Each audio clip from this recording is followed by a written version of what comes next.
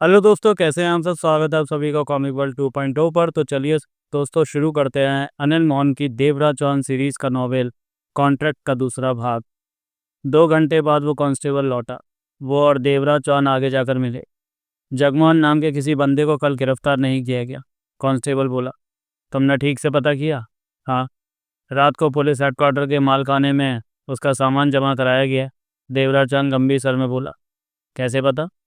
रात 12 बजे मैंने अपने भाई को फ़ोन किया तो फ़ोन रिसीव करने वाले ने ये बात बताई।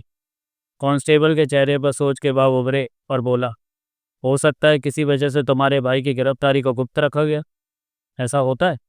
क्यों नहीं होता? बंदे को पकड़ कर रख लिया जाता है और कागजी कार्रवाई नहीं होती। तो इस तरह से मेरे भाई का पता करो कि उसे इस तरह पता नहीं लग सकता। इतना बड़ा पुलिस हेडक्वार्टर है, हज़ारों पुलिसकर्मी मौजूद है। ये कैसे पता चलेगा कि अगर तुम्हारे भाई को कहीं रखा गया है तो कहाँ रखा गया, वो है भी या नहीं? ये पता करने को मैं तुम्हें 10,000 और दे सकता हूँ। कोई फ़ायदा नहीं। जो काम हो ही नहीं सकता, उस काम के पैसे लेने का क्या फ़ायदा। कांस्टेबल चला गया। देवराज चौहान को जगमोहन के बारे में कोई जानकारी नहीं मिली। देवराज चौहान पार्किंग में खड़ी अपनी कार के पास पहुंचा और स्टीयरिंग सीट पर जा बैठा। अब वो जगमोहन के बारे में पता करने का कोई और रास्ता सोच रहा था। आखिरकार वो इसी नतीजे पर पहुंचा कि रात 10-11 बजे पुलिस हेडक्वार्टर मेकअप में जाएगा और मार खाने पर उसे जो ड्यूटी पर होगा उससे पूछताछ करेगा। क्या पता हर रोज़ रात को वही ड्यूटी पर होता हो। परंतु ये रात की बात थी। अभी पूरा दिन पड़ा था और जगमोहन लापता था। देवराज चौहान ने यह भी सोचा कि उसे कोई ऐसा पुलिस वाला तलाश करना चाहिए जो जगमोहन की पक्की खबर ला सके। चाय वाले से एक बार फिर बात करनी चाहिए। इस विचार के साथ ही देवराज चौहान ने सिगरेट सुलगाई और कार से बाहर निकलने की सोच रहा था कि उसका फ़ोन बज उठा। देवराज चौहान ठिठका जल्दी से फ़ोन निकाला कि कहीं जगमोहन का फ़ोन ना। परंतु स्क्रीन पर आया नंबर अनजान नंबर था। उसने बात की। हेलो, जगमोहन का पता नहीं लगा? एक अनजान स्वर देवराज चौहान के कानों में पड़ा। देवराज चौहान की आंखें सिकुड़ी, होठ बंदी रहे, दिमाग तेजी से काम कर रहा था। ये आवाज़ उसने पहले कभी भी नहीं सुनी थी। ये जो भी है, इसे अवश्य जगमोहन के बारे में पता है। मेरे ख्याल में जगमोहन की खबर पाने के लिए तुम फिर कोशिश करोगे, पर खबर पाना आसान नहीं होगा। क्यों? यह बातें फ़ोन पर नहीं हो सकती। कौन हो तुम? देवराज चौहान की आंखें अभी तक सिकुड़ी हुई थी। चंद क्षणों की खामोशी के बाद वो आवाज़ कानों में गुना पड़ी। हमें मिलकर बात करनी होगी, तभी तुम्हें और मुझे फ़ायदा होगा। कैसा फ़ायदा? तुम्हें जगमोहन मिल सकता है और मैं जो काम चाहता हूँ वो पूरा हो जाएगा। तुम हो कौन? जब मुलाकात होगी तो तुम्हें हर बात का जवाब मिल जाएगा। जगमोहन तुम्हारे पास है? नहीं। तो फिर तुम कैसे कह सकते हो कि मुझे जगमोहन मिल जाएगा? देवराज चौहान व्याकुल सा कह उठा।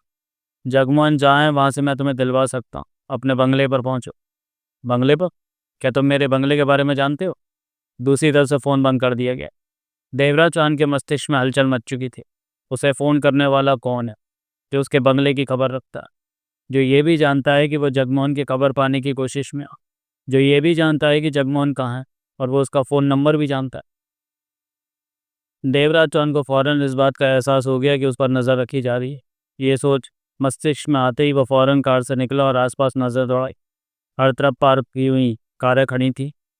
पार्किंग वाले लड़के 2-3 दिखे, परंतु ऐसा कोई भी नहीं दिखा कि सोच सके वो उस पर नज़र रख सकता हो। देवराज चौहान कार में बैठा, गाड़ी स्टार्ट की और पार्किंग से बाहर लेता चला गया। वो बंगले पर पहुंच के देखना चाहता था कि उसे फ़ोन करने वाला कौन है, वो क्या चाहता है, वो अपने किस काम का जिक्र कर रहा था। खास तौर से वो जगमोहन के बारे में जानकारी रखता है और उसे बताएगा कि जगमोहन कहाँ पर है। देवराज चौहान का मस्तिष्क बुरी तरह उलझ चुका था। अगला दृश्य। देवराज चौहान बंगले पर पहुंचा। कार को पोर्च में खड़ा करने के बाद मेन दरवाजे पर पहुंचा तो उसे लॉक पाया। गमले के नीचे से चाबी निकालकर उसने दरवाज़ा खोला और भीतर प्रवेश करके ठटका। नजरें घुमाई, वहाँ कोई नहीं था। पूरा बंगला देख लिया परंतु बंगले में कोई भी नहीं था। देवराज चौहान किचन में पहुंचा और सोचों में डूबे अपने लिए कॉफ़ी बनाने लगा।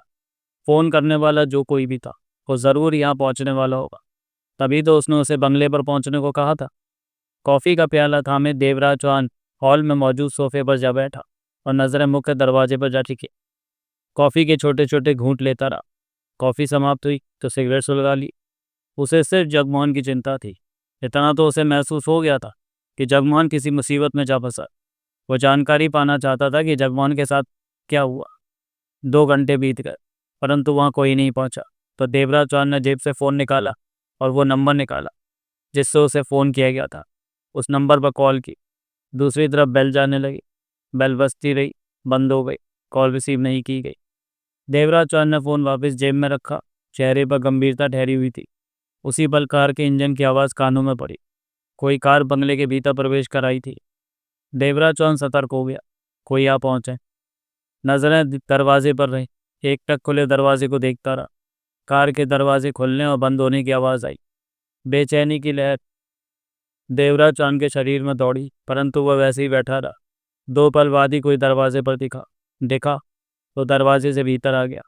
उसे पहचानते ही देवराज चौहान चौंका। वो प्रभाकर था, मार्शल का बेहतरीन एजेंट। तो क्या जगमोहन मार्शल के हाथों में? मार्शल उससे कोई काम लेना चाहता? गुस्से की लहर देवराज चौहान के शरीर में दौड़ती चली गई। जगमोहन को इस तरह पकड़ने की क्या ज़रूरत थी? जो बात करनी थी सीधे सीधे कर सकता था। देवराज चौहान प्रभाकर को देखता रहा। प्रभाकर की नज़र भी देवराज चौहान पर टिक चुकी थी। वो आगे बढ़ा। देवराज चौहान के चेहरे पर कठोरता के भाव ठहरे हुए थे। प्रभाकर उसकी तरफ बढ़ता आया और चंद कदमों के फासले पर ठिठक कर बोला, कैसे हो देवराज चौहान? देवराज चौहान सख्त अंदाज में उठा। वो कुछ कहने ही वाला था कि एकाएक ठिठक गया। दरवाजे पर से उसने एक व्यक्ति को भीतर प्रवेश करते पाया।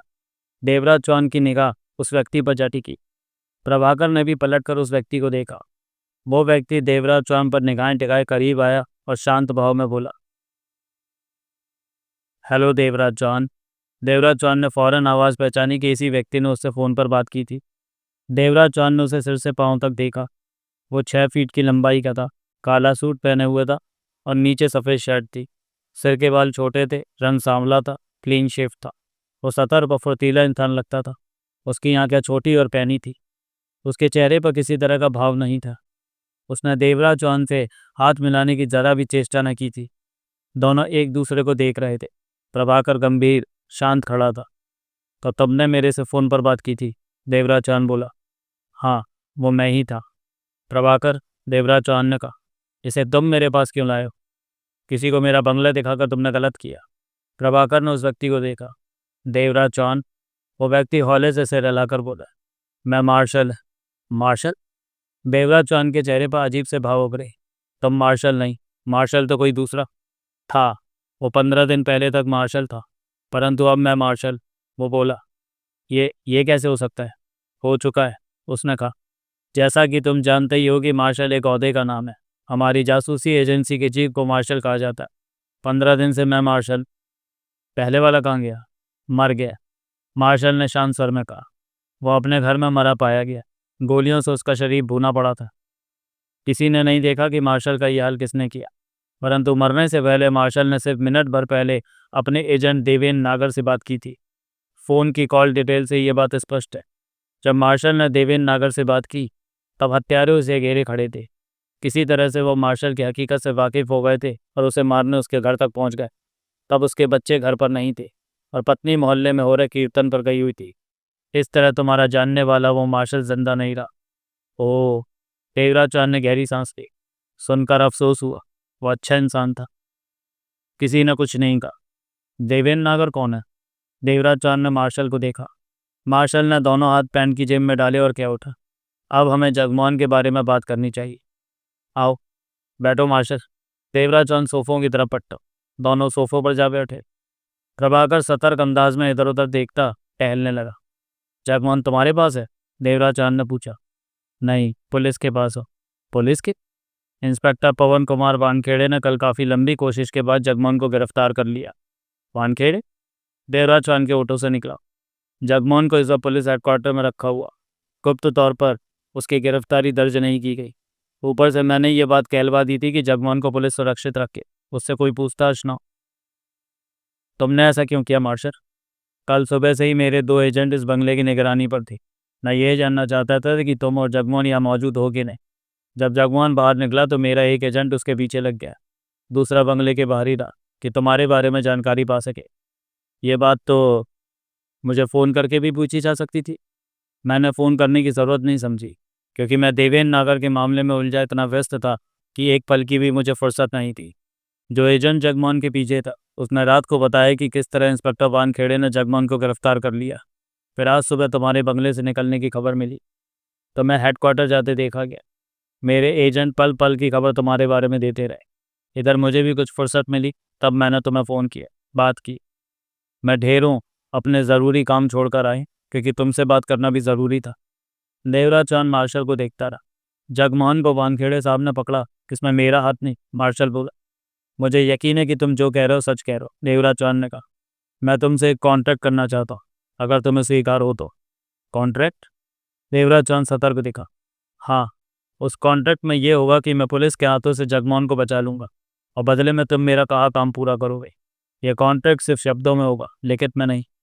ये तो तुम ब्लैकमेल जैसा काम कर। नहीं देवराज चौहान, एकाएक प्रभाकर ठिठक कर गंभीर स्वर में बोला। यह सीधा साधा समझौता है। पुलिस ने जगमोहन को पकड़ लिया, अब जगमोहन बचने वाला नहीं। उस पर इतने मामलों के चार्ज लगा दिए जाएंगे कि वो जीवन भर जेल में रहेगा। मार्शल की कोई दिलचस्पी नहीं है जगमोहन में। मार्शल की दिलचस्पी सिर्फ अपने कामों में है। ऐसे में तुम मार्शल का काम करो और जगमोहन को बचा लो। सीधा सा कॉन्ट्रैक्ट है ये। समझ में आता है तो ठीक, नहीं तो हम वापस चले जाते हैं। मुझे सब समझ में आ रहा। मैं मार्शल के लिए पहले भी काम कर चुका हूँ, देवराज चांद बोला। पहले मार्शल ने हमेशा तुम्हें काम की कीमत दी, मार्शल बोला। इस बार तुम्हें कीमत नहीं दी जाएगी क्योंकि जगमोहन पुलिस के हाथों फंस चुका है। तुम ऐसा सोच सकते, लेकिन हमारी तरफ से ये बात नहीं। जब तुम सारा मामला जान लोगे तो शायद खुद ही कीमत लेना पसंद न करो, मार्शल ने गंभीर स्वर में कहा। यह तुम्हारी और मेरी पहली मुलाकात है देवराज चौहान, इसलिए मैं तुम्हारे पास ज़्यादा वक्त लगा रहा हूँ, वरना मेरे पास इतना वक्त नहीं होता। मार्शल 2 शब्दों में अपनी बात पूरी करता है। जवाब दो। तुम्हारे पास एजेंटों की कमी? देवराज चौहान ने पूछा। नहीं। तो फिर मेरे से क्यों काम लेना चाहते? तुम बेहतरीन स्पाई की तरह काम करते। बेशक तुम डकैती मास्टर, लेकिन तुम में एजेंट होने के बहुत गुण हैं। मैंने तुम्हारा हर वो काम पढ़ा है जो आज तक तुमने मार्शल के लिए किया। रिकॉर्ड से मैंने उन सब केसों की फाइलें निकलवाई हैं और इस काम के लिए मैंने तुम्हें पसंद किया। जहाँ पर मैं तुम्हें भेजना चाहता हूँ वहाँ पर कोई है जो हमारे एजेंटों की पहचान रखता है। 15 दिनों में वहाँ हमारे 18 एजेंट मारे जा चुके। इधर मार्शल को शूट कर दिया गया। तो ये मामला मार्शल की मौत से वास्ता रखता है? देवराज चांद ने पूछा। हाँ। तो ये मामला देवेंद्र नागर से भी वास्ता रखता है जिसका तुम नाम ले रहे थे? मार्शल ने सहमति से सिर हिलाया। देवेंद्र नागर है कौन? सब तुम्हें पता चल जाएगा, मार्शल कहते हुए उठा। मुझे तुम्हारा जवाब चाहिए, हाँ या ना। हाँ। देवराज चांद भी खड़ा हो गई। वो गंभीर था। मुझे जगमोहन को भी बचाना और ये भी देखना है कि मार्शल की हत्या करने वाला कौन है। मैं तुम्हारा कॉन्ट्रैक्ट स्वीकार करता हूँ मार्शल। मैं जानता था कि तुम इनकार नहीं करोगे। यहीं पर रहो, मेरा एक एजेंट कुछ देर में तुम्हें लेने आएगा। और जगमोहन? अगले 3 घंटों में जगमोहन मेरी कस्टडी में, मेरे ठिकाने पर होगा। जगमोहन से मिलकर मुझे अच्छा लगेगा। तुम मिल नहीं सकोगे देवराज चौहान, मार्शल ने इनकार में सिर हिलाया। मेरा काम पूरा करने से पहले तो जगमोहन से बात नहीं कर सकते, उसे देख अवश्य सकते। ऐसा क्यों? देवराज चौहान ने मार्शल की आंखों में देखा। ये बातें हमारे कॉन्ट्रैक्ट में समझो। मेरा काम करो और जगमोहन को वापस ले जाओ। ये भी तो हो सकता है कि इस काम में मैं जगमोहन को अपने साथ रखना चाहूँ। उसकी फिक्र मत करो, जगमोहन से कहीं बेहतर मेरे आदमी तुम्हारे साथ होंगे, मार्शल ने कहा। पलटकर दरवाजे की तरफ बढ़ता चला गया। प्रभाकर उसके पीछे चल पड़ा। देवराज चौहान ने सिगरेट सुलगाई और सोफे पर जा बैठा। चेहरे पर सोच के गंभीर भाव स्पष्ट नजर आ रहे थे। अब वो जगमोहन की चिंता में नहीं था। वो जानता था कि मार्शल अपना कहा पूरा करेगा। जगमोहन मार्शल के पास सुरक्षित पहुंच जाएगा।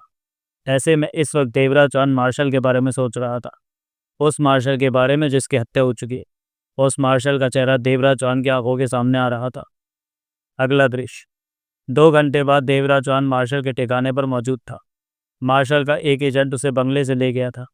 हमेशा की तरह उसकी आंखों पर पट्टी बांधी गई थी। कार के शीशे काले थे। इस बार 1 घंटे के सफ़र के बाद मार्शल के ठिकाने पर पहुंचा था। देवराज चौहान जानता था कि कार को यूं ही सड़कों पर घुमाया जाता रहा कि उसे रास्तों का पता न चल सके। ठिकाने पर पहुंचकर एक अन्य एजेंट ने उसे संभाल लिया। आंखों का कपड़ा न खोलने की हिदायत दी और उसकी कलाई थामे कुछ रास्तों को पार करके वे लिफ्ट में पहुंचे और लिफ्ट ऊपर की तरफ सरकने लगी। देवराज चौहान ने खामोशी ओढ़ रखी थी। लिफ्ट रुकी। वो एजेंट देवराज चौहान की कलाई थामे बाहर निकला और उसने आंखों की पट्टी उतार दी। देवराज चौहान ने फौरन नजरें घुमाई। वही जगह, वही ठिकाना था। यहाँ वो कई बार पहले भी आ चुका था। बदलाव था तो सिर्फ इतना कि मार्शल वो नहीं, कोई और था। इस तरफ आओ, उस एजेंट ने कहा। देवराज चौहान उसके साथ चल पड़ा। तो वो मार्शल अब नहीं रहा जिससे मैं पहले मिला करता था, देवराज चौहान बोला। तुमसे बात करने का किसी बात का जवाब देने की मनाही है, उसने कहा। फिर देवराज चौहान ने कुछ नहीं कहा। कई रास्तों को पार करने के बाद देवराज चौहान को जिस कमरे में लाया गया वो कमरा मार्शल का ऑफिस था। देवराज चौहान यहाँ कई बार आ चुका था, सब कुछ वैसा ही था। देवराज चौहान ने हर तरफ नजरें घुमाई। मार्शल की टेबल पर निगाह टिकी, जहाँ 2 इंटरकॉम 2 फ़ोन पड़े थे। उधर कुर्सी पर बैठ जाओ, एजेंट ने कहा। किसी चीज़ को टच नहीं करना, तुम इस वक्त कैमरे की निगरानी में, तुम्हारी हर हरकत देखी जा रही है। देवराज चौहान आगे बढ़कर कुर्सी पर बैठ गया। एजेंट बाहर निकल गया, दरवाज़ा बंद हो गया। देवराज चौहान ने सिगरेट सुलगाई, चेहरे पर गंभीरता थी। जगमोहन के बारे में सोच रहा था कि उसे पुलिस के हाथों से हर कीमत पर निकालना, बचाना, वरना उसकी सारी उम्र जेल में ही बीतेगी, या वह खुद ज़िंदगी भर इसी कोशिश में लगा रहेगा कि जगमोहन को जेल से निकाल सके। ऐसे में जगमोहन को बचाने का सबसे आसान सौदा था कि मार्शल जो चाहता है उस काम को पूरा कर दे, मार्शल के कॉन्ट्रैक्ट पर काम करे। 10 मिनट बाद वही एजेंट कॉफ़ी का प्याला लिए भीतर आया। मार्शल कहाँ? देवराज चौहान ने कॉफ़ी का प्याला लेते पूछा। मार्शल ने तुम्हारे लिए कॉफ़ी भिजवाई है। वो कब आएगा? मार्शल किसी काम में व्यस्त था, उसे पता है कि तुम यहाँ, कहकर वो बाहर निकल गया। देवराज चौहान कुर्सी पर टांगे फैलाए बैठा कॉफ़ी के छोटे छोटे घूंट भरने लगा। कमरे में एक और दरवाज़ा नजर आया जो जाने कहाँ खुल रहा था। देवराज चौहान ने उस दरवाजे से नज़र हटा दी। उसके बाद कमरे में मौजूद कैमरे की तलाश में नज़र घुमाने लगा, परंतु लंबी कोशिश के बाद भी कैमरा नहीं दिखा, जबकि वो जानता था कि कैमरा है और वो किसी भी चीज़ के रूप में हो सकता था। 1 घंटे बाद दरवाज़ा खुला और मार्शल ने भीतर प्रवेश किया। वो वही कपड़े पहना था, परंतु इस वक्त उसके शरीर पर कोट नहीं था। चेहरे की व्यस्तता दिख रही थी, कदमों में तेज़ी थी। देवराज चौहान पर नज़र मारकर अपनी टेबल की तरफ बढ़ता क्या उठा। यहाँ आ जाओ। देवराज चौहान उठा और टेबल के पास पहुंचकर कुर्सी पर जा बैठा। तब तक मार्शल टेबल के पीछे अपनी कुर्सी पर बैठ चुका था। उसने देवराज चौहान को सोच भरी निगाहों से देखा। कुछ खामोश रहकर देवराज चौहान बोला, 4 महीने पहले मैं मार्शल से इसी ठिकाने पर मिला था। तब उसने मुझे और जगमोहन को बर्मा किसी काम के लिए भेजा था, ये जानने के लिए पूर्व प्रकाशित उपन्यास शूट आउट इन बर्मा पढ़। अभी तो ये चैनल पर नहीं है, लेकिन जल्दी चैनल पर अपलोड करूँगा। तब मैं नहीं जानता था कि अब उस मार्शल से कभी भी मुलाकात नहीं होगी। मार्शल खामोश रहा। जगमोहन कहाँ? देवराज चौहान ने पूछा। मार्शल ने तुरंत इंटरकॉम का रिसीवर उठाकर एक बटन दबाया। सतनाम, जगमोहन आ गया। रिसीवर मार्शल के कान से सट चुका था। उधर से कुछ कहा गया, फिर रिसीवर रखता मार्शल बोला, रास्ते में 15 मिनट में वो यहाँ होगा। वानखेड़े जगमोहन को छोड़ने को तैयार नहीं था। वो नहीं जानता हम लोग कौन है, ये सब क्यों किया जा रहा है। वो सोचता है कि देवराज चौहान अपनी पहुंच से जगमोहन को छुड़ा रहा है। कठिनता से उसे समझाया गया है कि ऐसा कुछ नहीं है, जो भी हो रहा है देश के हित के लिए हो रहा है। देवराज चौहान की निगाह मार्शल पर थी। देवराज चौहान, मार्शल गंभीर स्वर में बोला, मैंने तुम्हारे कारनामों को फाइल में दर्ज पढ़ा है या प्रभाकर के मुंह से सुना, परंतु मैं स्वयं तुमसे पहली बार काम ले रहा हूँ और ये काम अन्य कामों से जुदा है। क्या मैं तुम पर भरोसा कर सकता हूँ, या कहाँ तक भरोसा करना जायज़ होगा? तुम मुझ पर भरोसा कर सकते हो, देवराज चौहान बोला। कहाँ तक?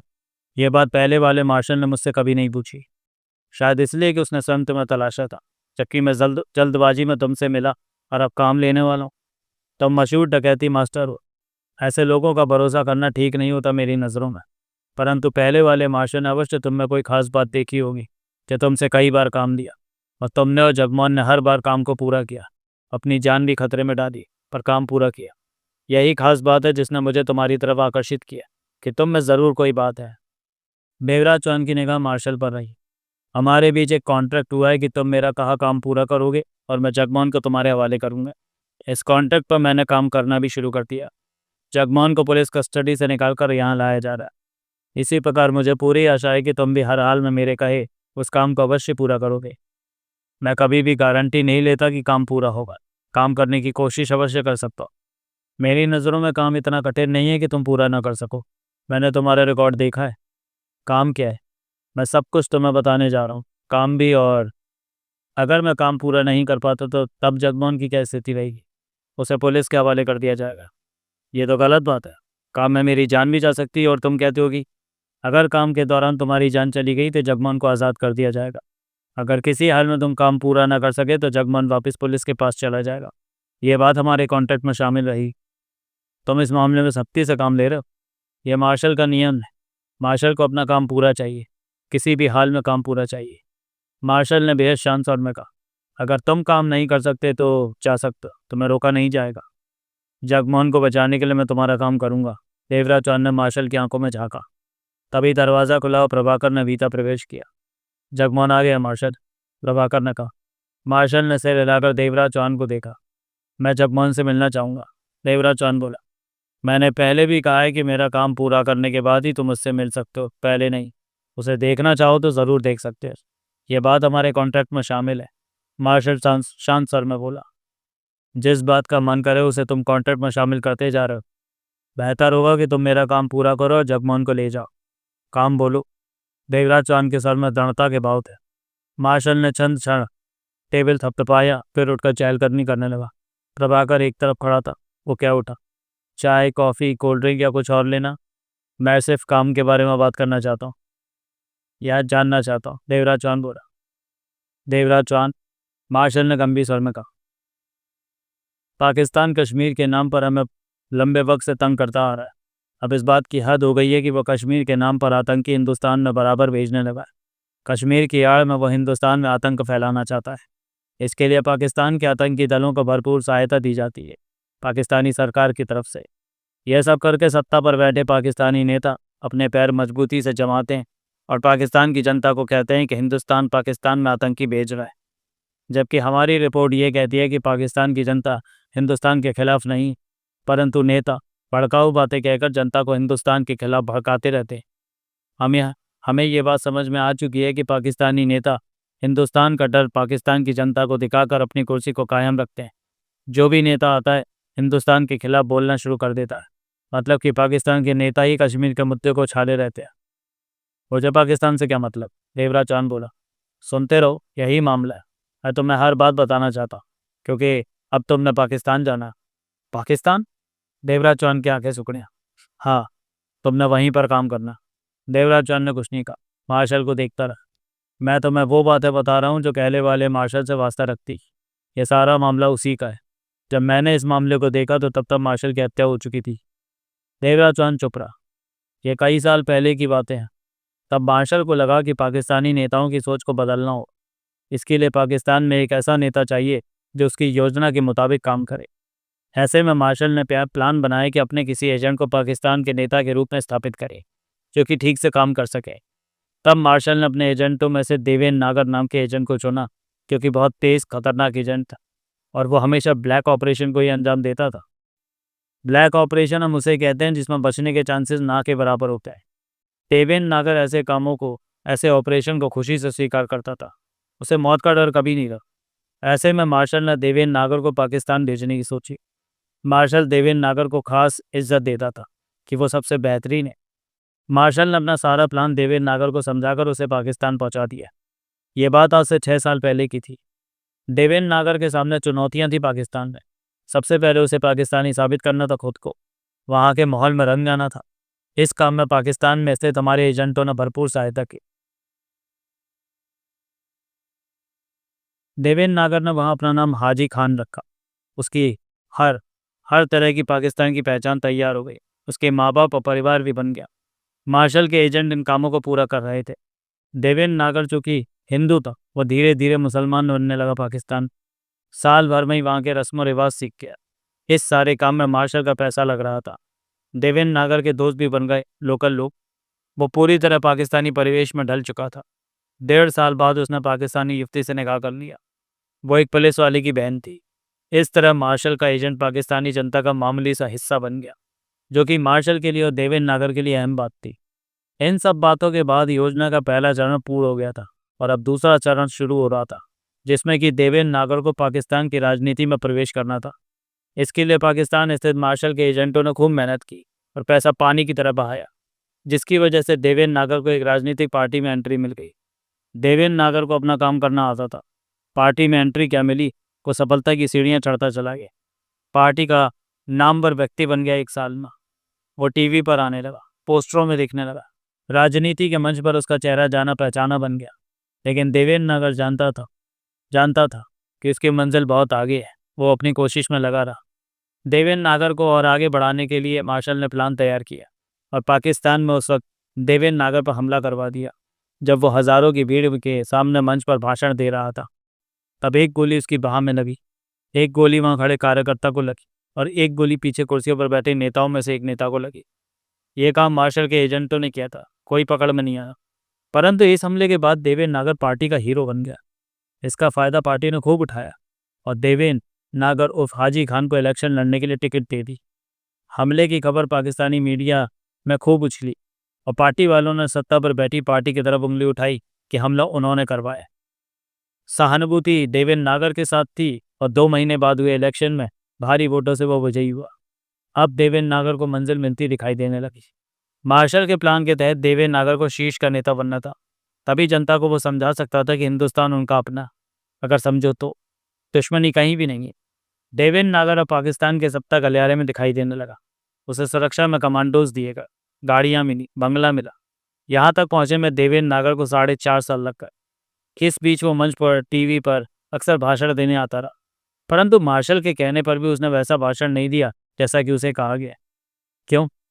देवराज चौहान के होठों से निकला। मार्शल स्वयं उलझन में था कि देवेंद्र नागर ऐसा क्यों नहीं कर रहा। तुम्हें कैसे पता कि मार्शल उलझन में था? मार्शल ने किसी को बताया? नहीं बताया। ऐसी बातें किसी से शेयर नहीं की जाती। मार्शल छटक कर अपनी कुर्सी पर जा बैठा और देवराज चौहान को देखता बोला, तुम जानते हो कि आमतौर पर ऑफिस का रिकॉर्ड फाइलें बनाकर रखा जाता है, परंतु हमारे यहाँ फाइलें नहीं होती। मार्शल को अपनी रिपोर्ट में जो भी कहना होता है वो रिकॉर्डिंग के जरिए कहता है, जिसे कहने में वक्त भी बचता है और रिकॉर्ड रूम में रिकॉर्डेड सीडी रखने के लिए ज़्यादा जगह भी नहीं चाहिए होती। मतलब कि मार्शल हमेशा अपनी रिपोर्ट रिकॉर्ड करता है बोलकर, देवराज चौहान ने कहा। हाँ, तो तुमने देवेंद्र नागर के केस की सीडी सुनकर इस मामले को जाना? मार्शल ने अपना सिर हिलाया। तुम ये सारा मामला मुझे इतने खुलासा तौर पर क्यों बता रहे हो? ताकि तुम्हें पता चल सके कि तुम किसके खिलाफ काम करने पाकिस्तान जा रहे हो, वहाँ पर क्या दमखम रखता है, वो वहाँ पर क्या दमखम रखता है और क्या कर जाने का वो हौसला रखता है। देवराज चौहान ने कुछ नहीं कहा। उसके बाद देवेंद्र नागर मार्शल की कॉल्स को रिसीव करने में आनाकानी करने लगा। कभी रिसीव कर भी लेता तो व्यस्त होने को कहकर फ़ोन बंद कर देता। हालत ये हो गई कि मार्शल पाकिस्तान स्थित अपने एजेंटों के द्वारा देवेंद्र नागर से बात करने लगा, जिसमें कि काफ़ी समस्या आने लगी। तो ऐसा कहा जाए कि देवेंद्र नागर को पाकिस्तानी ज़िंदगी रास आने लगी। देवराज चौहान क्या उठा? तुमने सही कहा। प्रभाकर क्या उठा? देवराज चौहान ने प्रभाकर को देखा। तब मार्शल इस मुद्दे पर कभी कभी मेरे से बात कर लिया करते थे, प्रभाकर बोला। देवेंद्र नागर को लेकर पाकिस्तान का जो भी प्लान मार्शल ने बनाया उसमें वो मेरे से विचार विमर्श करते रहते थे। देवराज चौहान ने कुछ नहीं कहा। देवेंद्र नागर का व्यवहार देखकर मार्शल उस पर सख्ती बरतने की सोच ही रहा था कि उन्हीं दिनों देवेंद्र नागर के पाकिस्तानी माँ बाप, जिनका इंतज़ाम मार्शल के एजेंटों ने किया था, की हत्या हो गई। वो तब अपने पुराने घर पर ही मौजूद थे। तब देवेंद्र नागर अपनी पत्नी के साथ सरकारी बंगले पर रहता था। मोटरसाइकिल पर 2 युवक उस घर में आए और आदमी औरत को गोलियों से भूनकर भाग गए। ये खतरनाक हादसा था। ऐसा नहीं होना चाहिए था, क्योंकि उन्होंने मार्शल के एजेंटों का साथ दिया था और एक नामी नेता हाजी खान यानी देवेंद्र नागर के जग जाहिर माँ बाप थे। पाकिस्तान में खूब हो हल्ला मचा देवेंद्र नागर के माँ बाप की मौत पर। हर तरफ यही खबरें आती रही। देवेंद्र नागर यही बयान देता रहा कि विरोधियों के इशारे पर इसके माँ बाप की हत्या की गई है, हत्यारे नहीं पकड़ेगा। 2 महीने के शोर शराबे के बाद सब शांत पड़ने लगा, लेकिन मार्शल परेशान था कि देवेंद्र नागर के माँ बाप की हत्या कौन कर सकता है। पाकिस्तान में स्थित मार्शल के एजेंटों ने व्यक्तिगत तौर पर इन हत्याओं की छानबीन की, लेकिन कोई फ़ायदा नहीं हुआ। मार्शल ने इस मामले में फ़ोन कर देवेंद्र नागर से पूछा तो उसने कहा कि वो खुद हैरानी कि ऐसा किसने किया। इस बार मार्शल के कहने पर देवेंद्र नागर ने कहा कि अब वो किसी भी भाषण के दौरान जनता को समझाएगा कि कश्मीर कोई मुद्दा नहीं है, इसे ज़बरदस्ती मुद्दा बनाया जा रहा है। मतलब कि देवेंद्र नागर ने मार्शल के प्लान के मुताबिक चलने की बात कही। 2 दिन बाद ही पाकिस्तान स्थित 6 एजेंट गायब हो गए। मार्शल को कोई खबर नहीं मिली कि वो कहाँ चलेगा। तो देवराज चौहान बोला, देवेंद्र नागर अपने आसपास का हर वो सबूत मिटाने में लग गया जो उसे देवेंद्र नागर साबित कर सकते थे। अब वो हाजी खान बनकर जीना चाहता था। सही कहा। मार्शल ने गंभीर स्वर में सिर हिलाया। यही बात थी। उसे हाजी खान की ज़िंदगी रास आ गई थी। वो पाकिस्तान की मशहूर पार्टी का नेता बन चुका था और यही बने रहना चाहता था। 21-22 एजेंट थे जो कि देवेंद्र नागर का साथ तब से दे रहे थे जब वो पाकिस्तान पहुंचा था। उन 6 एजेंट को गायब हुए मात्र 3 दिन ही हुए थे कि एक एजेंट का फ़ोन आया मार्शल को कि किसी काम के सिलसिले में देवेंद्र नागर 12 एजेंटों को एक वीरान जगह पर इकट्ठे होने को कह रहा है। अगले दिन ही मार्शल को खबर मिली कि किसी वीरान जगह पर उसके 12 एजेंटों को गोलियों से भून दिया गया। ये खबर मिलते ही मार्शल का माथा ठनका कि देवेंद्र नागर गद्दारी पर उतर आया है। वो अपने देवेंद्र नागर होने के सारे सबूत मिटा रहा है। नकली माँ बाप की भी हत्या उसने करवाई। पहले जो 6 एजेंट गायब हो चुके हैं उसमें भी देवेंद्र नागर का हाथ था, और अब भी 12 एजेंटों की हत्या उसी के इशारे पर की गई। 21 में से 18 एजेंटों की हत्या कर चुका था। मार्शल ने बाकी बचे 3 एजेंटों को फौरन अंडरग्राउंड हो जाने और देवेंद्र नागर से बचकर रहने को कहा। उसके बाद मार्शल ने देवेंद्र नागर से संबंध बनाना चाहा तो नहीं बना। जिस नंबर पर मार्शल और देवेंद्र नागर की बात होती थी वो नंबर देवेंद्र नागर ने बंद कर दिया था। इस तरह देवेंद्र नागर हाजी खान के रूप में पाकिस्तान में नेता बनकर जीवन बिताने लगा, जबकि वो बहुत बेहतर ढंग से जानता था कि मार्शल से धोखेबाजी करके बच जाना आसान नहीं। फिर भी उसने ये कदम उठाया था। ये बात 1.5 साल पहले की थी। देवेंद्र नागर जानता था कि मार्शल किस तरह काम करता है। मार्शल की कार्यशैली का ज्ञाता होने की वजह से उसने इसका भरपूर फायदा उठाया। देवेंद्र नागर को खत्म करने के लिए मार्शल ने एक एक दो दो करके अपने 16 एजेंट पाकिस्तान भेजे, परंतु वो स्वयं मारे गए। देवेंद्र नागर की सुरक्षा में लगे कमांडोज के हाथों देवेंद्र नागर की हत्या करने की कोशिश करते हुए बहुत कोशिश की देवेंद्र नागर की हत्या की, लेकिन कोई एजेंट कामयाब नहीं हो सका, जबकि मार्शल गद्दारी की सज़ा के रूप में उसे मौत देना चाहता था। मार्शल गद्दार को कभी नहीं छोड़ता, यह मार्शल का नियम, परंतु मार्शल को सफलता नहीं मिली। देवराज चौहान की निगाह मार्शल पर थी।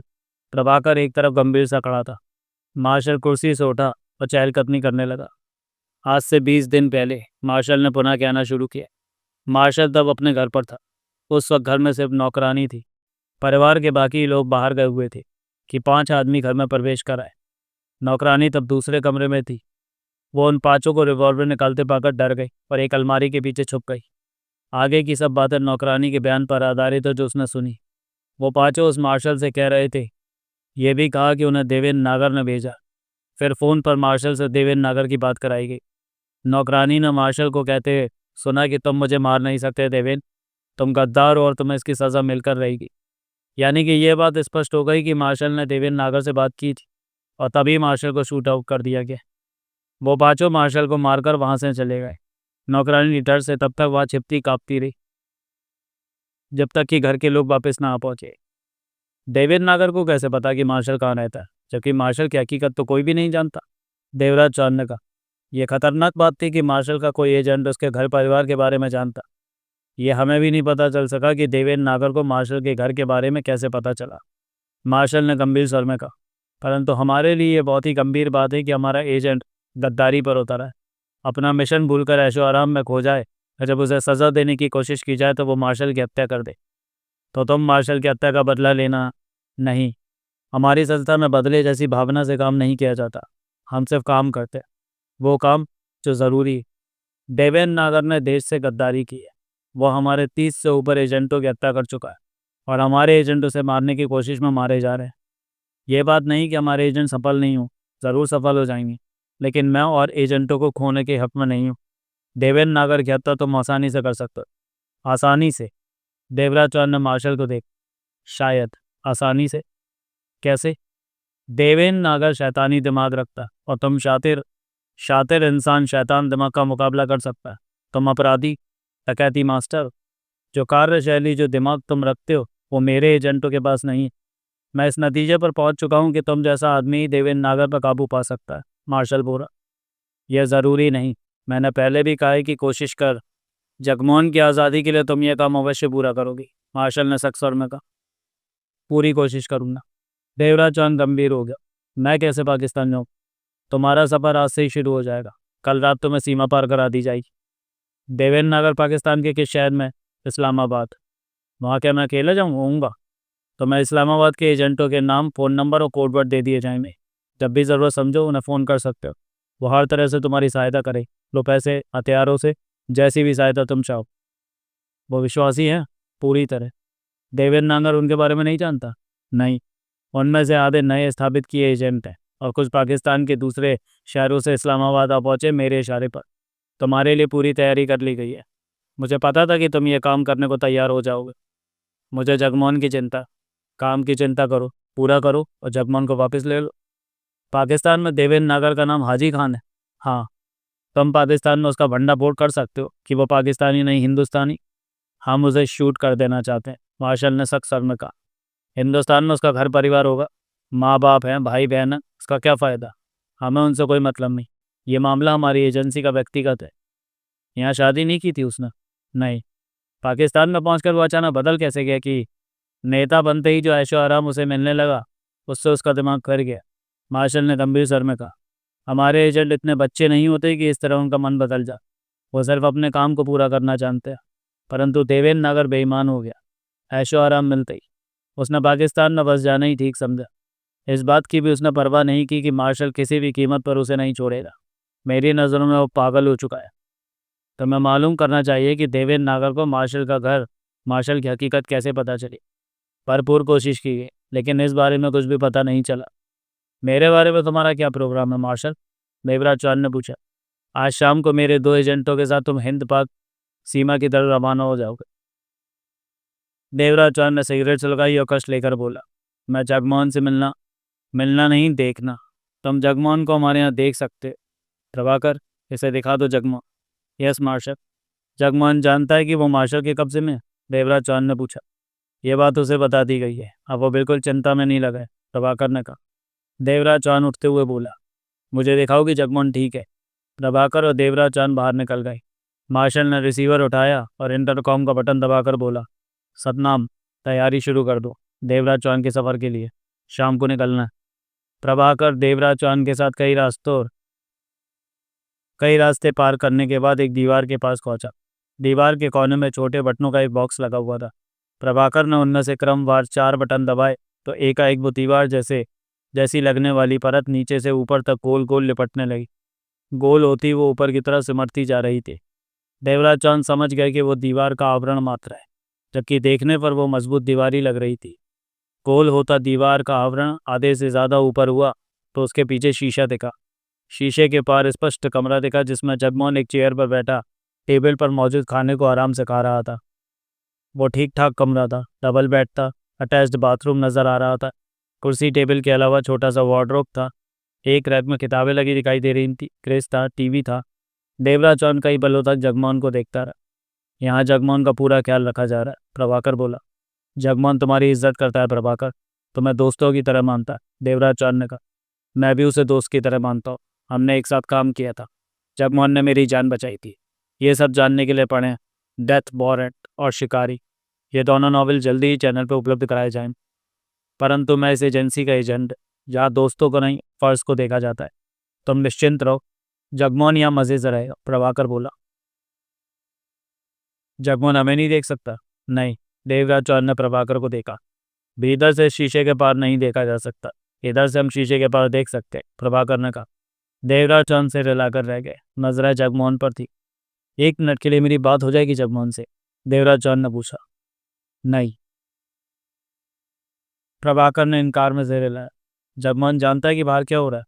तुम्हारे जाने के बाद जगमोहन को सारे हालात बता दिए जाएंगे। प्रभाकर का सर शार्प था। मतलब कि अभी कुछ नहीं पता? नहीं पता, प्रभाकर ने कहा और पुनः उन बटनों को दबा दिया।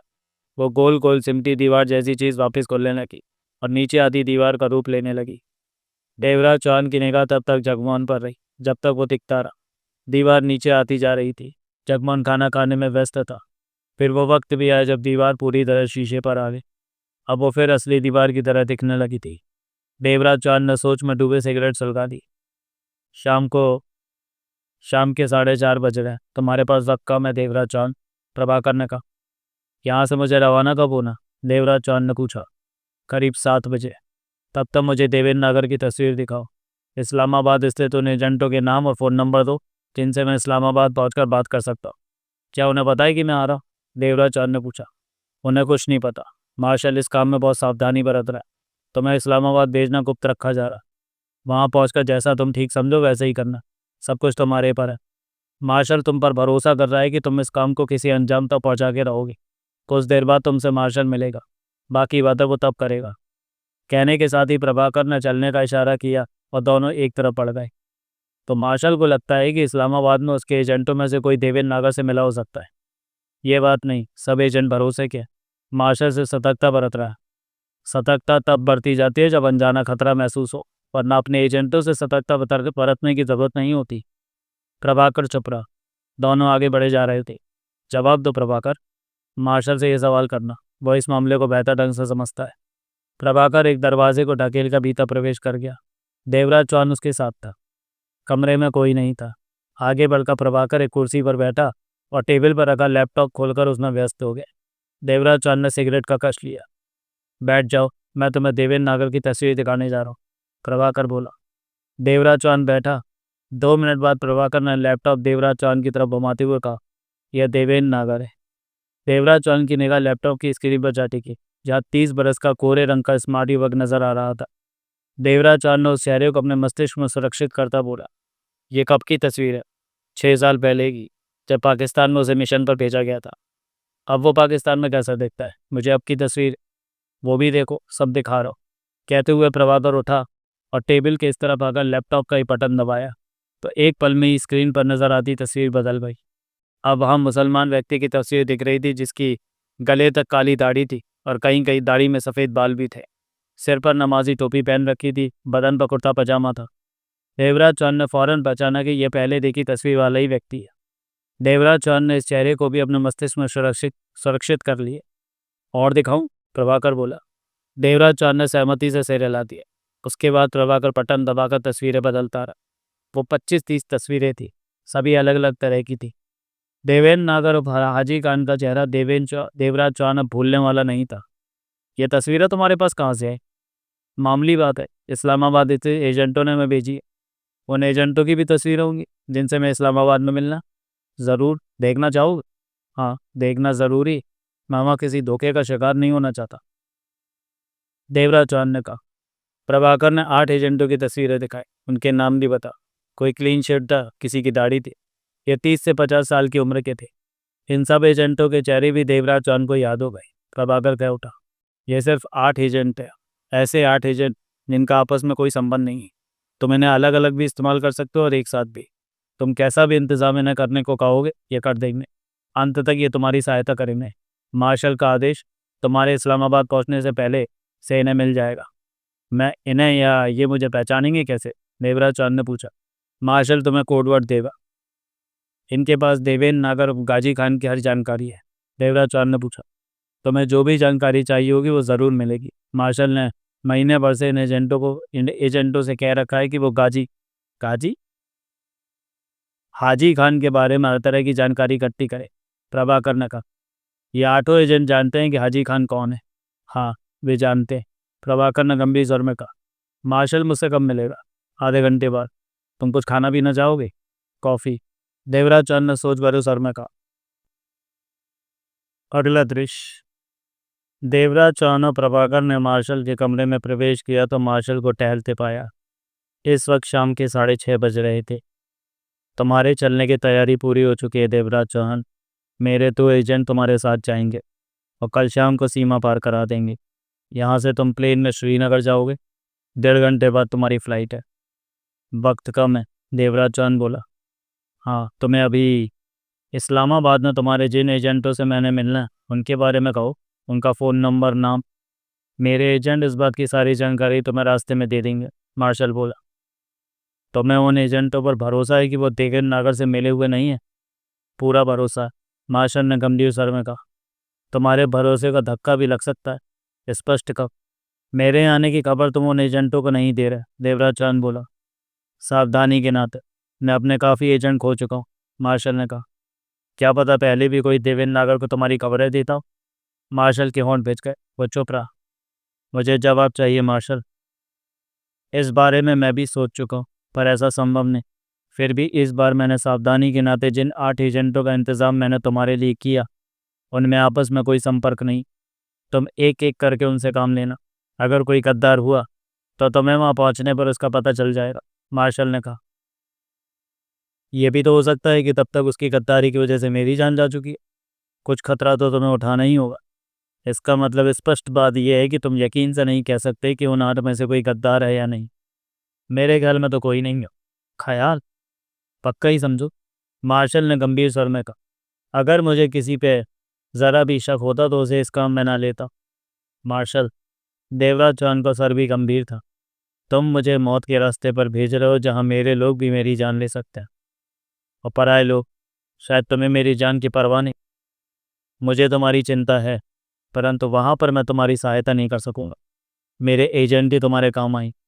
मैंने ये काम पूरी तरह तुम्हारे हवाले कर दिया। वो पाकिस्तान है। वहाँ पर तुम अपनी पसंद से, अपनी सहूलियत से, अपने ढंग से, जैसे भी चाहो, परंतु काम को पूरा कर। मुझे देवेंद्र नागर की मौत की खबर मिलनी चाहिए। तुम ये काम कर सके तो मुझे खुशी होगी। अगर तुम्हें कुछ हो गए तो मुझे फिर किसी और को पाकिस्तान भेजना होगा इस काम के लिए। 4 महीने पहले इलेक्शन हुए पाकिस्तान में, और देवेंद्र नागर और हाजी खान भारी मतों से जीतकर अपनी पार्टी में कद्दावर नेता के रूप में उभरा है।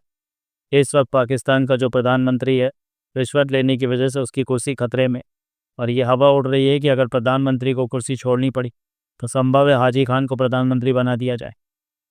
पाकिस्तान की राजनीति में इतना कद पड़ गया है देवेंद्र नागर का। देवराज चौहान क्या उठा? उसका कद जितना बड़ा होगा तुम्हें उतनी ही मुश्किलें आएंगी देवराज चौहान। प्लेन का वक्त हो रहा है, देवराज चौहान क्या होगा? अगर तुम्हें कोई बात करनी हो तो बेशक करो। प्लेन तब तक टेक ऑफ नहीं करेगा जब तक तुम लोग प्लेन में नहीं पहुंचोगे। इस बात के ऑर्डर एटीसी के पास पहुंच चुके हैं। मुझे मार्शल की पहुंच का अंदाज़ा है। देवराज चौहान उठते हुए बोला, मुझे कुछ नहीं पूछना। मार्शल कुछ पल देवराज चौहान को देखने के बाद बोला, अगर तुम सफल हो जाते हो तो मुझे बहुत खुशी होगी। देवराज चौहान ने सिरे लाया, फिर प्रभाकर के साथ बाहर निकल गया। अगला दृश्य। रात 10:30 बजे देवराज चौहान मार्शल के 2 एजेंटों के साथ श्रीनगर एयरपोर्ट पर पहुंच गया था। उसके साथ मार्शल के 2 एजेंट माथुर और खोसला थे। प्लेन में उनके साथ कोई बातचीत नहीं हो पाई थी। माथुर 35 बरस का था और खोसला 30 बरस का। खोसला ने एयरपोर्ट पर से किसी को फ़ोन किया और वे बाहर निकले तो मात्र 2 मिनट के इंतज़ार के बाद एक कार उनके पास आ रुकी। देवराज चौहान समझ गया कि सब इंतज़ाम पहले से ही हुए पड़े। वे भीतर बैठे तो खामोशी से कार आगे बढ़ गई। देवराज चौहान ने देखा कार चलाने वाला स्थानीय कश्मीरी व्यक्ति था। उसने कोई बात नहीं की थी। श्रीनगर में ठंडा मौसम था। रात के इस वक्त सड़कों की चहल पहल पूरी तरह खत्म हो चुकी थी। इक्का दुक्का वाहन और सड़क किनारे चलता एक आध व्यक्ति नजर आ जाता था। आधा घंटा लगा उन्हें एक इलाके के एक मकान में पहुंचने को। वे कार उन्हें मकान के सामने उतार कर चली गई। ये 20 फीट चौड़ी गली थी और रहायशी इलाका था। माथुर ने उस मकान के गेट पर पहुंचकर बेल बजाई। तुरंत दरवाज़ा खोला और एक व्यक्ति गेट तक आ पहुंचा। उसने माथुर को देखा तो फौरन गेट खोल दिया। तीनों भीतर प्रवेश कर गए तो उसने गेट बंद किया और तीनों को भीतर ले गया। मकान का दरवाज़ा बंद किया और उन्हें पीछे आने का इशारा करके आगे बढ़ गया। वो मकान के उस हिस्से में पहुंचा जहाँ ऊपर जाने को सीढ़ियाँ थी। वो सब ऊपर पहुंच गए। ऊपर के हिस्से में भी कमरे बने हुए थे और रहने के लिए अच्छी जगह थी। खाना कब लाऊं? मकान वाला व्यक्ति बोला। खोसला से जवाब पाने के लिए देवराज चौहान को देखा। आधे पौने घंटे बाद देवराज चौहान बोला, मेरी बीवी को जल्दी सोने की आदत है। उसने कहा 1 घंटे तक खाने का काम खत्म हो जाए तो ठीक है। कहकर वो नीचे चला गया। उसके कदमों की आवाज़ सुनाई देती रही। हाथ मुंह धोकर चेंज कर लो देवराज चौहान, उस अलमारी में हर साइज़ के कपड़े रखे हैं, खोसला ने कहा। तुम लोग यहाँ आते रहते हो? देवराज चौहान बोला। परंतु जवाब नहीं मिला। दोनों खामोश रहे। 1 घंटे तक खाना खा लिया गया। खोसला ने खाने से पहले 2 पैग लिए थे। माथुर ने विस्की को हाथ भी नहीं लगाया था। खोसला ने अलमारी में से ही बोतल को निकाला था। मकान वाले व्यक्ति ने उनकी ज़रूरतों का पूरा ध्यान रखा था। खाना खाने के बाद सब फारिग हो गए तो मकान वाला व्यक्ति बोला, इसने उस पार जाना। देवराज चौहान को देखा। हाँ नौशाद, कल यह काम हो जाना चाहिए, खोसला बोला। मैंने गफूर मियाँ से बात की तो उसने कहा इस बारे में उसे मार्शल का फ़ोन आ गया। गफूर मियाँ कहता क्या है कि कब करेगा इस काम को? कल शाम को 6 बजे। 6 बजे तो दिन होता है, माथुर ने कहा। खतरा रहेगा। यहाँ दिन नहीं होता, इधर 5 बजे के बाद ही रात होनी शुरू हो जाती है, नौशाद बोला। 6 बजे तक तो पूरी तरह अंधेरा फैल चुका होता है। सर्दी की वजह से हर जगह सुनसान हो जाती है। और सरहद, वो भी सरहद पर 8 बजे ड्यूटी बदलती है। इधर के फौजी और उधर के भी 8 बजे का टाइम फिक्स है। बाकी बातें मियाँ जी से करना, नौशाद ने गंभीर स्वर में कहा। मियाँ जी कब आएंगे? कल 3 बजे। मेरे लिए कोई काम हो तो कहो। रात का 1 बजने जा रहा है, मैंने सुबह उठना होता है। हमें कॉफ़ी दे दो, खोसला बोला। मैं नहीं पीऊँगा। 2 कॉफ़ी, उसके बाद तुम नींद ले लेना, हमें बात करनी है। नौशाद चला गया। देवराज चौहान ने कुर्सी पर बैठे सिगरेट सुलगाई, दोनों को देखा। क्या बात करनी है? देवराज चौहान बोला। तो मैं इस्लामाबाद के एजेंटों के बारे में बताना, माथुर ने कहा। देवराज चौहान ने कश लिया, कहा कुछ नहीं। खोसला ने जेब से तय किया कागज़ निकाला और उसे खोलकर देवराज चौहान की तरफ बढ़ाया। ये रखो, इस कागज़ पर उन 8 एजेंटों के नाम और फ़ोन नंबर लिखे। सब कुछ याद कर लो और कल मियाँ जी के आने तक ये कागज़ हमें वापस कर देना कि इसे फाड़ दिया जाए। देवराज चौहान ने कागज़ पर निगाह मारी, सबके नाम और फ़ोन नंबर देखे, फिर उसे जेब में रखा और बारी बारी दोनों को देखकर बोला, इनके बारे में कुछ और बताना है? हाँ, खोसला ने कहा। इस कागज़ में 8 नाम लिखे हैं, अरशद अली, मोहम्मद अली, हामिद कलाम चिश्ती, इकराम मोहम्मद, मंजूर अली, कासिम रहमान, आदिल वारसी, नवीद शाह। ये 8 मूल रूप से पाकिस्तानी और मार्शल के पाकिस्तान स्थित एजेंट है। अब इनका ब्यौरा भी सुन लो, जो बात ना समझ में आए तो दोबारा तिबारा पूछ सकते हो। अरशद अली इस्लामाबाद में फल बेचने का काम करता है। फल फ्रूट? वही, सब्जी मंडी में फ्रूट का होलसेल विक्रेता। कभी ये रेहड़ी लगाकर फल बेचा करता था, परंतु मार्शल के संपर्क में आने के बाद इसके दिन बदल गए। ये संपन्न व्यक्ति बन गया। आज तक इसे जो भी काम कहा गया इसने पूरा किया। इसे मार्शल का काम करके बहुत खुशी मिलती है, खोसला बोला। देवराज चांद की खामोश निगाह खोसला पर थी। दूसरा मोहम्मद खान, ये साइकिलें बेचता है। साइकिलें बेचने की दुकान है इसकी। कभी ये साइकिलें ठीक किया करता था, कठिनता से अपना खर्चा चलाता था। जब सही ये मार्शल का एजेंट बना इसके दिन फिर गया। इसके पास घर है, परिवार है, कार है। मार्शल इससे कई तरह के काम ले चुका है। देवराज चांद ने सिर हिलाया। तीसरा हामिद कलाम चिश्ती है। ये कोई काम नहीं करता और मज़े से रहता है। इसकी एक बिल्डिंग में 35 दुकानें। वो बिल्डिंग मार्शल के पैसों से ही खरीदी गई है। उन दुकानों का किराया लाखों रुपया आता है और यह ऐश करता है। 12 सालों से यह मार्शल के लिए काम कर रहा है, कभी शिकायत का मौका नहीं दिया। इसकी उम्र कितनी है? देवराज चांद ने पूछा। 40 साल, माथुर ने बताया। अरशद अली और मोहम्मद खान की उम्र कितनी है? 35 और 42, माथुर नहीं कहा। आगे, चौथा है इकराम मोहम्मद और 5वां है मंजूर अली। ये दोनों ISI के एजेंट हैं, परंतु मार्शल के लिए भी काम करते हैं। इन्हें डबल एजेंट कह सकते। मार्शल इन दोनों को हर महीने मोटी रकमें देता है।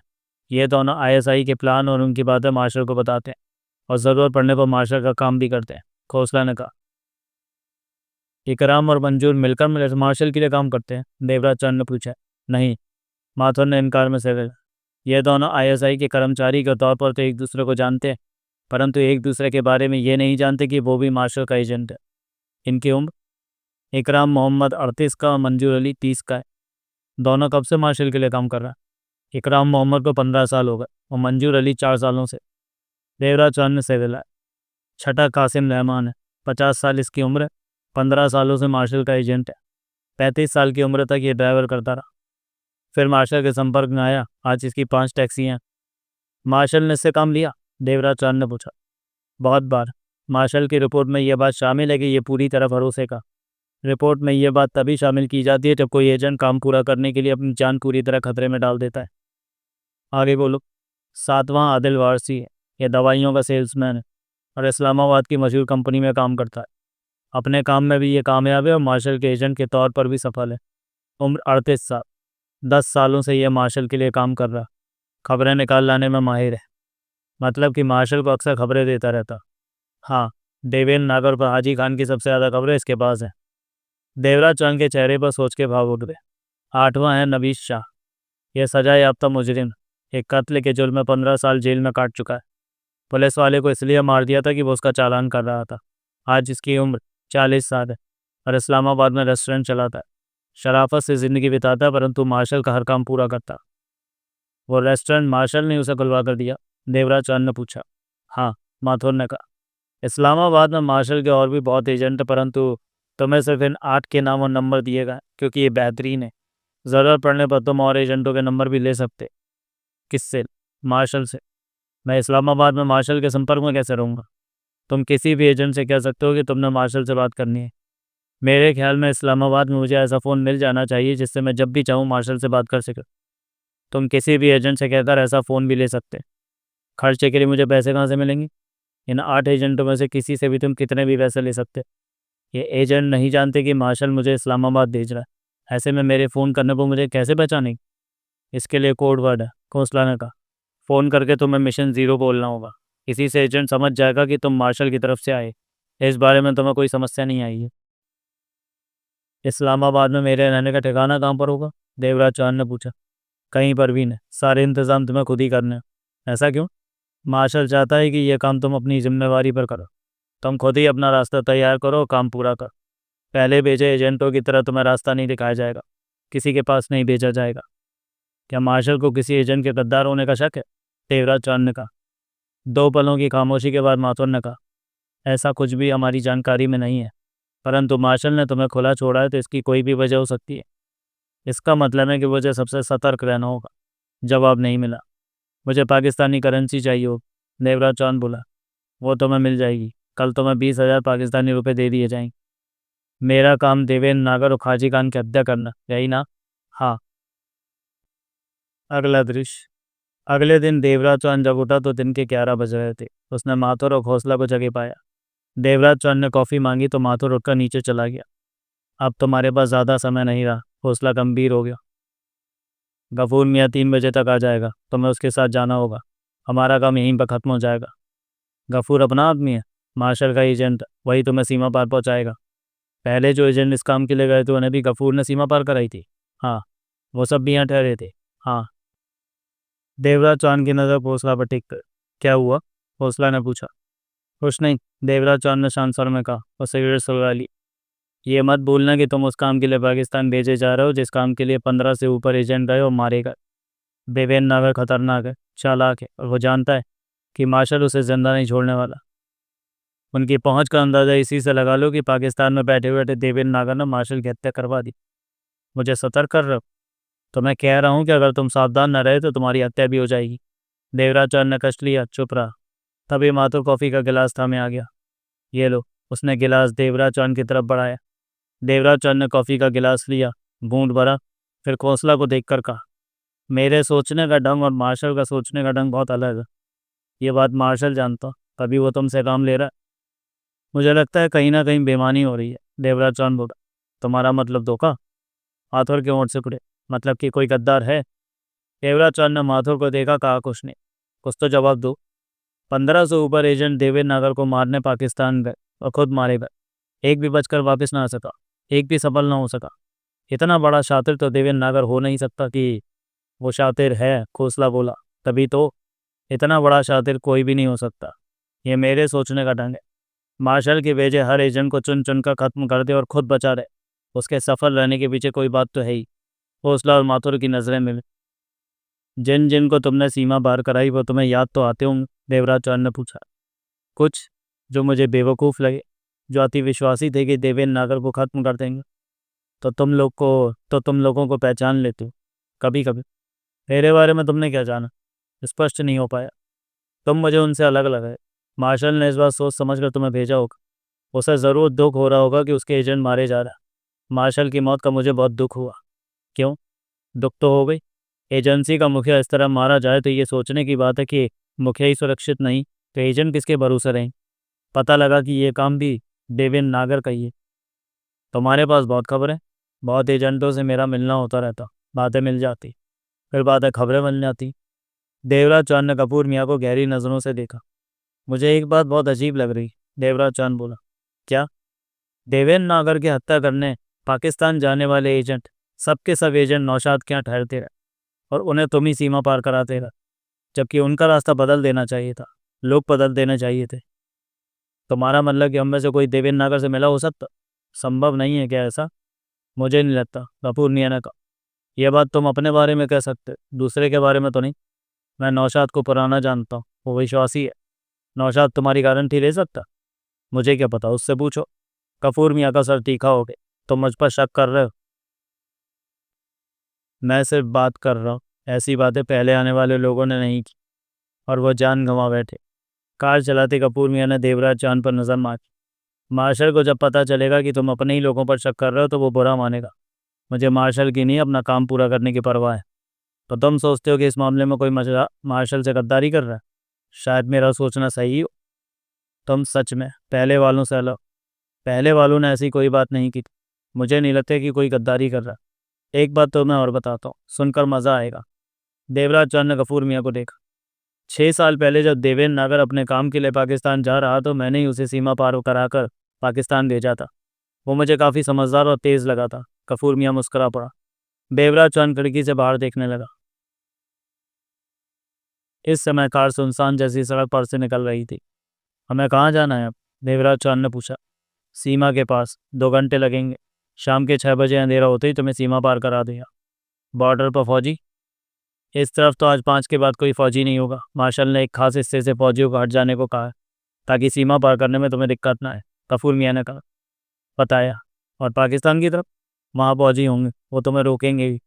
तब तुमने उनसे कहना है कि पाकिस्तान दुनिया का सबसे खूबसूरत देश बनने वाला। ये सुनकर वो तुम्हें जाने देंगे। गफूर मियाँ का सर गंभीर हो गए। मैं समझा नहीं।